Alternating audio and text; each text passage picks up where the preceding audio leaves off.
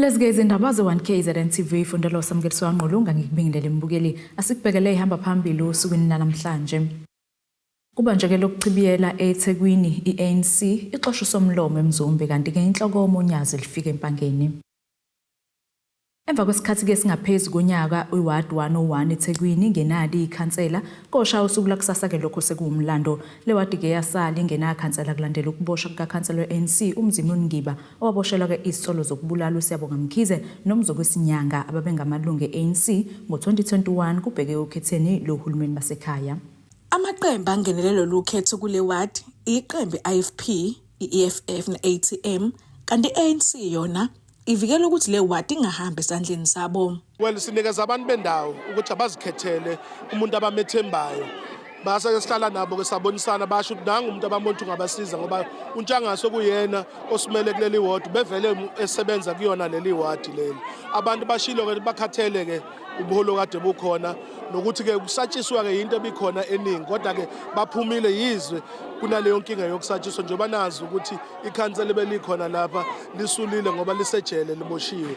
Ingakho ke sinale by election leyo inkinga ke lezo ekufanele sibhekele eziduze ukusatshiswa kwabantu kulona leli ward. Owe-ANC Ethekwini uthokoze kakhulu ngalolu khetho lokuchibiyela ukuthi kwalahleka umphefumulo welungu labo kuze kuba kufika kulolu suku namhlanje noma sekuboshwa kwaboshwa umuntu oyilungu labo. Umkhankaso uhamba kahle kakhulu siyayibona idemocracy in practice la eWard 101. It's sad ukuthi ke namhlanje silange ngenxa yokuthi kwabulawa ucandidate wethu kwaboshwa ukhansela wethu so kusadi lokho kodwa ke njengamanje sina ucandidate omusha and si hopeful ukuthi siqhubeka namhlanje sizolala iward sidefendile ingaphansi kweANC. iEFF kulolu khetho ifoloswa ngomduduzi Dlamini, iATM yona ifoloswa ngoLikho Hlophe wonke lamaqembu athi sacolisekile ngendlela oqhubeka ngayo ukuvota kanti imphumela iyodalula uma kuqedwa ukubalwa kwamavoti. Kutebogo Sibisi wezindaba ze1KZNTV kuchannel 261 ngiseMayville Ethekwini. Unobhala weqembu leANC esifundazweni KwaZulu-Natal ubheka imtolo uthi ke sebethatha isinqumo sokuxosha leyo bengusomlomo wamasipala waseMzumbe usibonelo Maphumulo. Umtolo ekhuluma esithangamini nabezindaba eThekwini namuhla uveza ukuthi ke lolu daba bese belisingethwe ikomiti eliqondisa ubugwegwe nelitholeke uMaphumulo namacala kuzo zonke izisolo abhekene nazo. Ibhantshi seligcwale umoya kuloyo bengusomlomo weqembu leANC kumasipala waseMzumbe. Lokhu kudalulwe unobhala walo esithangameni nabezindaba nalapho edalulwe ukuthi ke lokho kuza ngemuva kophenyo olunzulu olwenziwe ikomiti eliqondisa izigwegwe. Kuzo zonke insolo abebhekene nazo lokungaziphathi kahle zokuthi adelele inqumo zenhlangano zokuthi angasebenzisani necaucus yaseMzumbe nokuthi adelele inqumo ze-Regional Executive Committee enhlandleni eyiningana.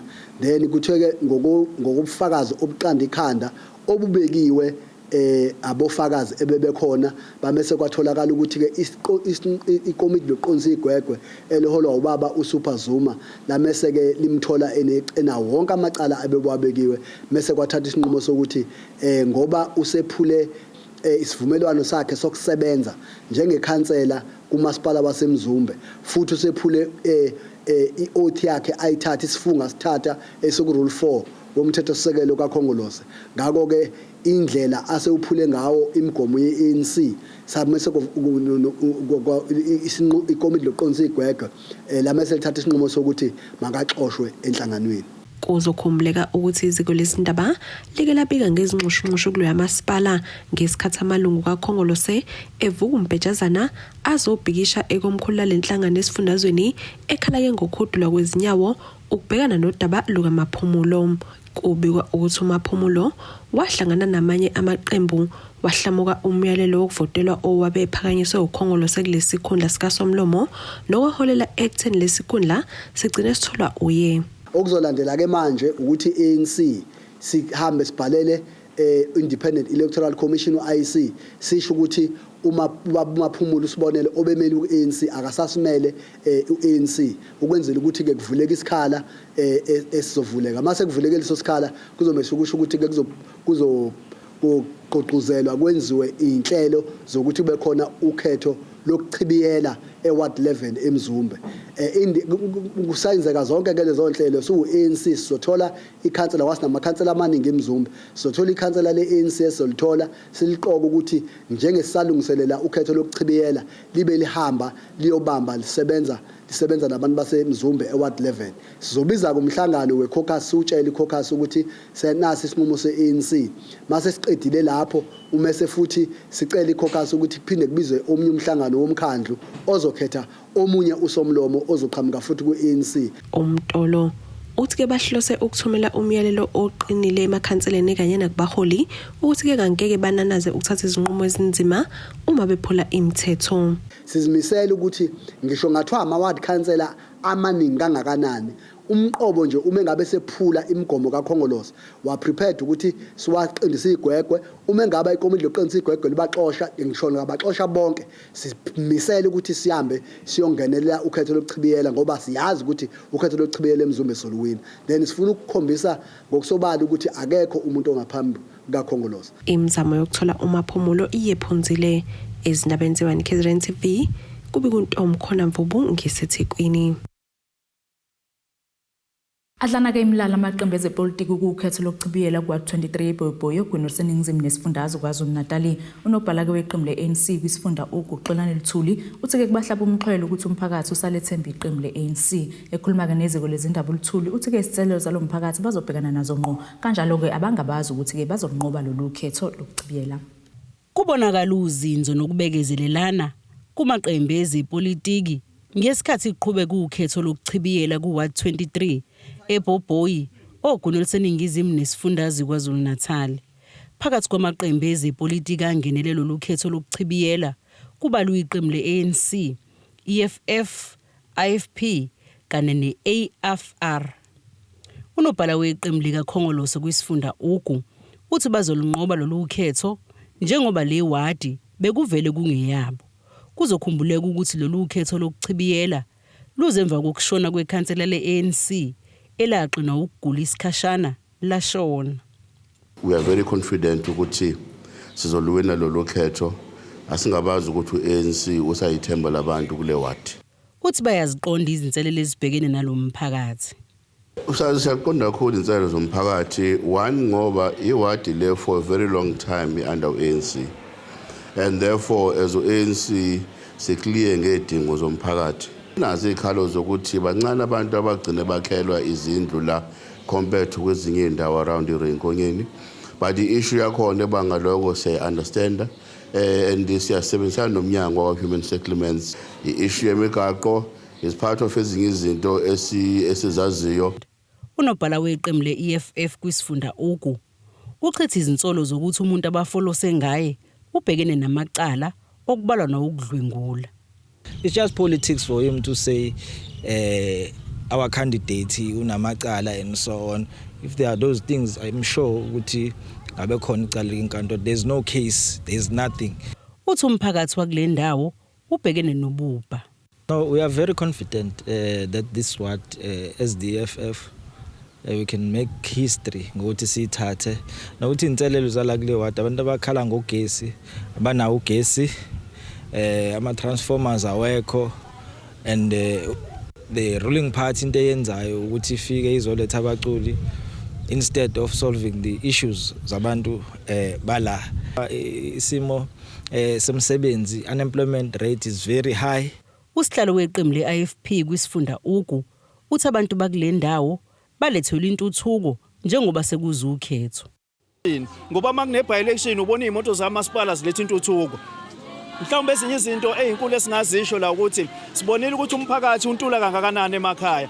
Kulanjiwe ebhobhoyi and umasipala ubakhathalela abantu bancane abantu abasebenza ngisho ohlelweni lama EPW bancane abantu abasebenza einkampanini ezikhona nabasebenza kwamasipala endaweni yasebhobhoyi. Uyabona nje ukuthi iANC kakhulukazi yona okuyiqembu ekade liphethe la ibasebenzisa abantu basebhobhoyi uma kuzovotwa kuphela. Kusha isikhathi sokuya emoyeni imphumela yalolu khetho ingakakhishwa. Ezindabeni ze1KZNTV kubi kuzamando sicele ngisebhobhoyi. Akasesisishelele etolo sibe siqhubeke nazo indaba zethu.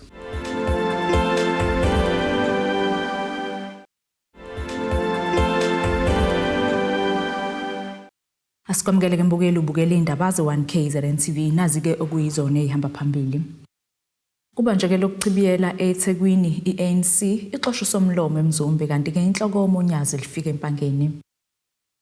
Kutheleke amakhulu amalungu ebandla lamaNazaretha asebuhleni ngenkathi umholi waleli bandla inkosi uMduduzi-Nyazi Lwezulu ehambele kusomabhizinisi uLachman Zulu weSifananda World Peace Foundation empangeni ke ukuzoletha umkhuleko nomkhuleko ukusingathwa minyaka yonke namhlanje ke bekunyaka we-11 kulonyaka usingathwa.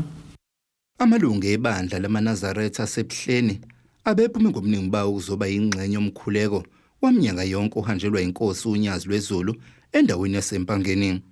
Unyazi njalo ngoZibandlela luhambela indawo kasomabhizinisi uLachman wenhlangano iSifananda World Peace Foundation.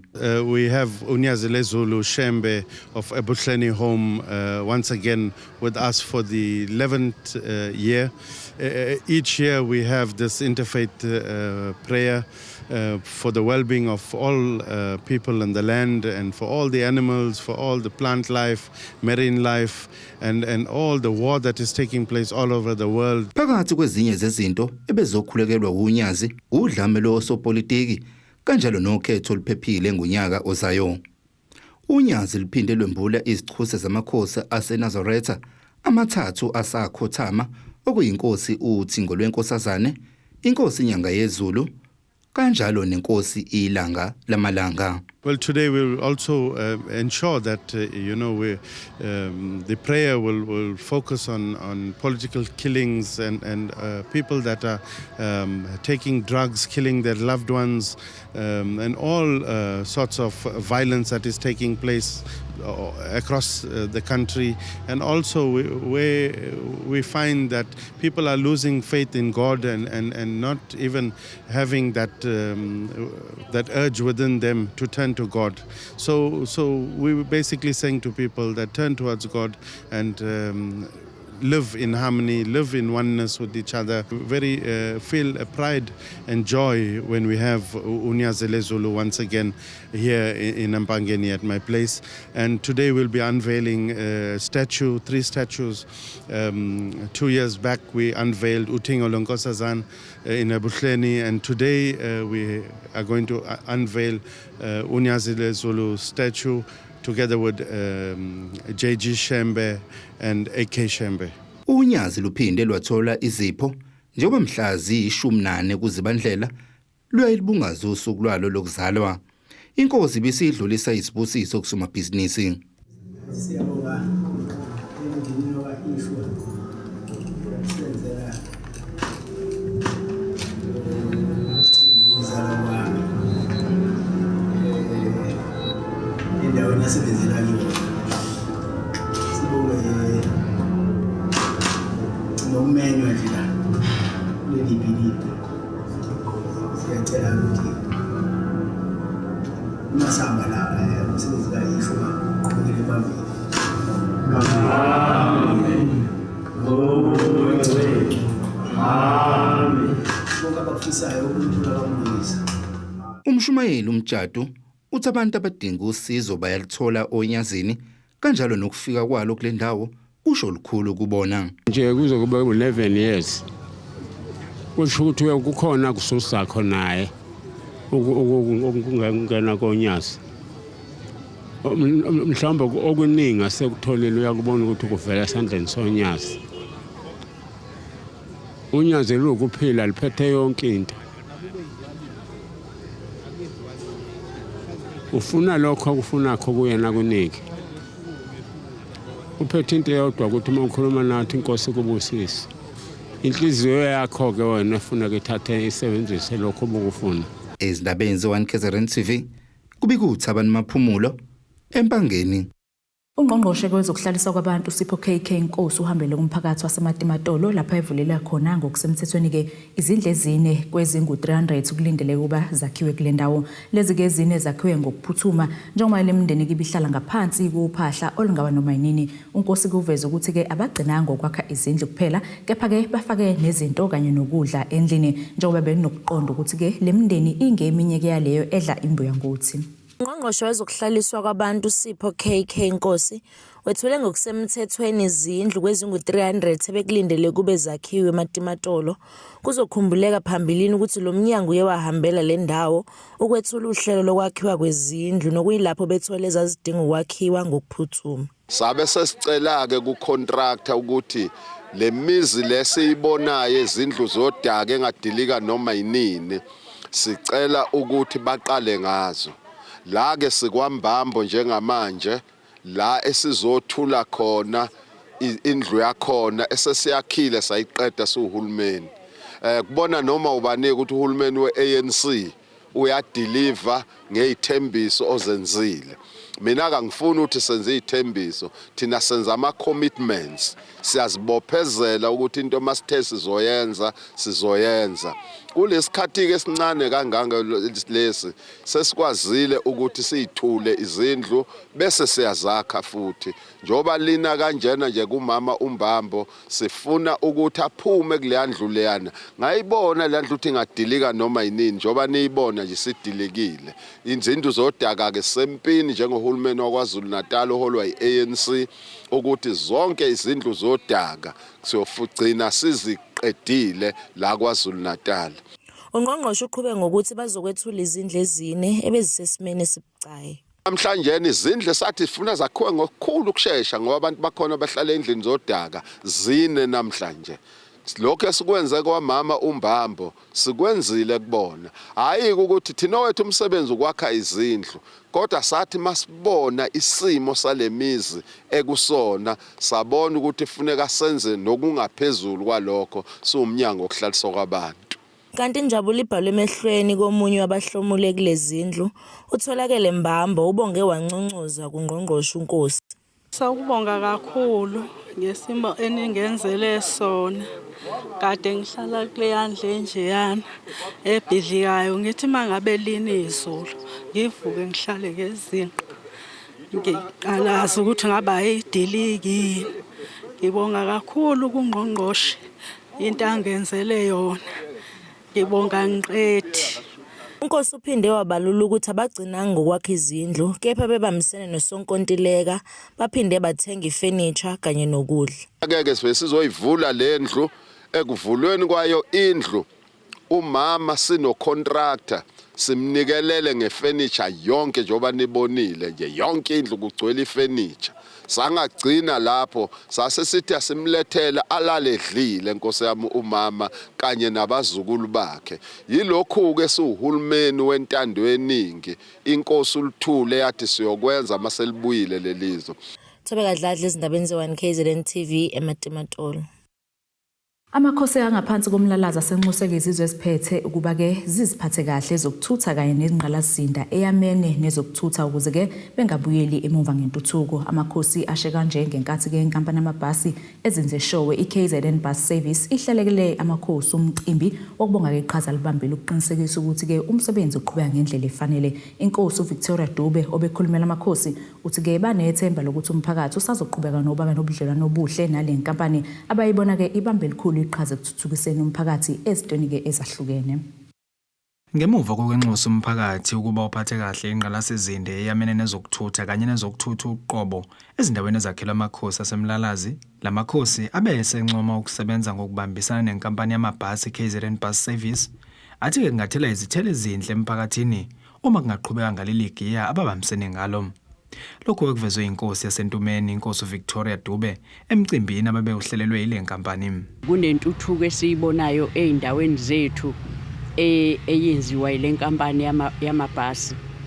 Ama-crash eindaweni zethu amaholo bayelekelela kakhulu. Kukhona nje engaze ngakuncoma kakhulu wababhalela ucelela iyouth imicimbi yeyouth basukumela phezulu ngoba sengathi banalo uthando lwabantu abasha kakhulu. Ngakho ke siyamakhosi sithokoza kakhulu ukusebenzisana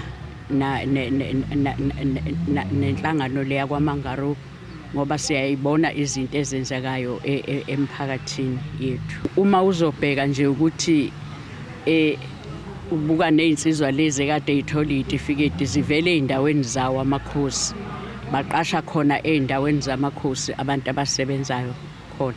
Siyakuthokozela kakhulu lokho. Isikhulu esiphezulu se-KZN Bus Service uVido Mangaru uthi-ke bakubone kubalulekile ukubungaza amakhosi njengoba lelikhulu iqhaza libambile ekutheni umsebenzi wabo uhambe ngendlela. We couldn't have done this service without the support from the mayor, the government, department officials, and more importantly, the Amakosis and the Indunas in the area.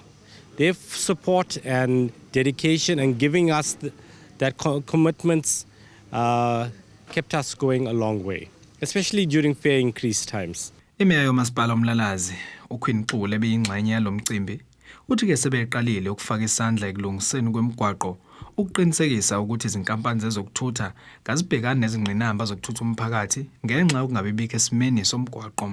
Uma sibuka ke zemigwaqo ke siyayibona ukuthi iyonakele kakhulu njengoba nezulu lina ngalendlela elina ngayo.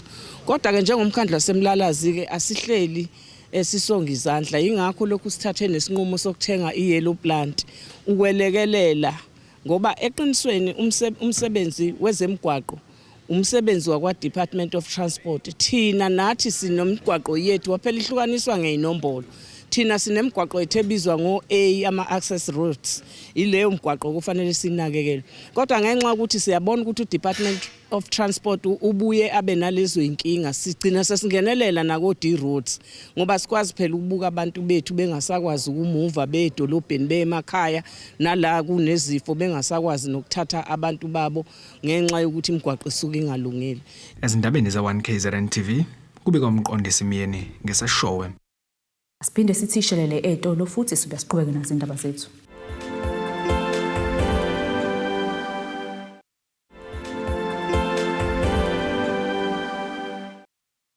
Asiphinde ke sikwamukele imbukelo usabukele zona indaba ze1KZN TV nazi ke obekuyizona ebeyihamba phambili.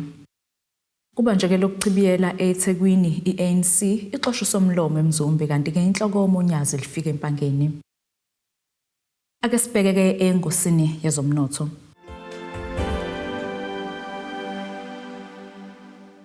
Irandi lakuleli lu-19.02 maqhathaniswa nedola laseMelika libo-23.83 maqhathaniswa nopondo waseBrithani libo-20.51 maqhathaniswa ne-euro lase-Europe igolide lona $1,975.50 ounce u-oil ongahluziwe wona u-$73.24 umphongolo. Ake sibheke ke engosini yezemidlalo. Umphakathi waseMasdale ngaphandle kwaseThekwini uqashiseke ngezinto eziningi ezihaqe umphakathi okubalwa ke ubugebengu lokhu kwenzeke kwimidlalo yezimboni ezahlukene biyenzeka enkundleni ezemidlalo kule ndawo abahleli ke bathi izigameko zokubulawa kwabantu izona ezenzeke baqoquzeleka ukwenza lokhu ngenhloso yokuqwashisa umphakathi. Kukhuthazwe umphakathi ngezemidlalo kwaphinde kwakhunjulwa amakhansela asashona. Namhlanje senze sinama games esikhumbula ngawo amakhansela aseHammersdale ashona ngomzabalazo ayesiza kule organization yethu yeHammersdale Workers Soccer League and Development. Ukuze siqhamuke tournament kanjena ukuthi sifuna ukukhombisa intsha nabadala ukuthi ukuhamba kwesikhathi sasenza kanjani ekudlaleni ibhola ngekhathi zethu sadlala ibhola eHammersdale nokukhuthaza ukuthi baye kudla idakamizwa nobugebengu obugcwele eHammersdale sibambisane namaphoyisa aseHammersdale ezisumphakathi. Bese ngiphinda futhi ngicela ukuthi ke kwehle phela ukukhuza ukubulawa kwamakhansela asemphakathini ngoba phela asisiza iwona asilethela izinto emphakathini. Laba bathi lemidlalo ineqhaza elikhulu emphakathini. Lana ukuzosiza umfowethu wakamchunu ngokungibeza ukuthi insizwe besidlala nayo ibhola la esikhathini esiphambili eMpumalanga eHammersdale. So ke ngempela njengoba ephethe ama tournament nje uyacela mina ngizomsiza ezintweni eziningi ezikuyizona ezamsana ukuthi sikhombise intsha encane ukuthi ibhola thina besidlala kanjani. Ubugebengu kuze behle nengane zingangeni kulezi zinto eziningi ezenjengedakamizwa nje osekugcwele amaphara thina sikhule ngekho kudlala ibhola kuphela. Engisho ukuthi ke uMr Mchunu njengoba enginvitile ukuthi ngize lana nje ngizomgadisa icompetition ungibize njenge-player besidlala eclubini eyodwa naye i-National Stars kaMr Sibisi. So ke engisho ukuthi umfowethu leli qhaza libambile i-tournament yama-family akuyona mhlambe eyomphakathi kanjani kufana nokuthi nje i-industry eyamafemu. Ezindabeni ze-1KZNTV seHammersdale. Nasike isimo sezulu esingalindeleka.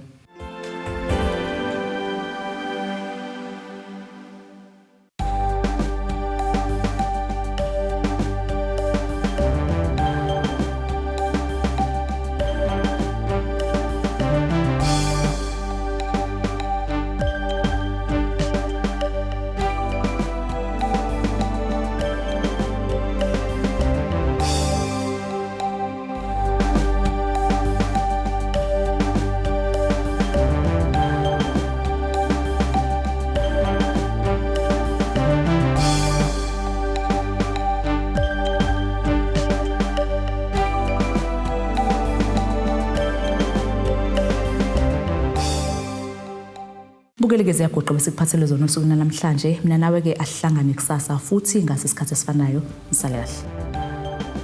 Abethuli bethu bezindaba baxhaswe ithulis Bayview Bridal. Ungabashayela kulezi zinombolo ezivelile.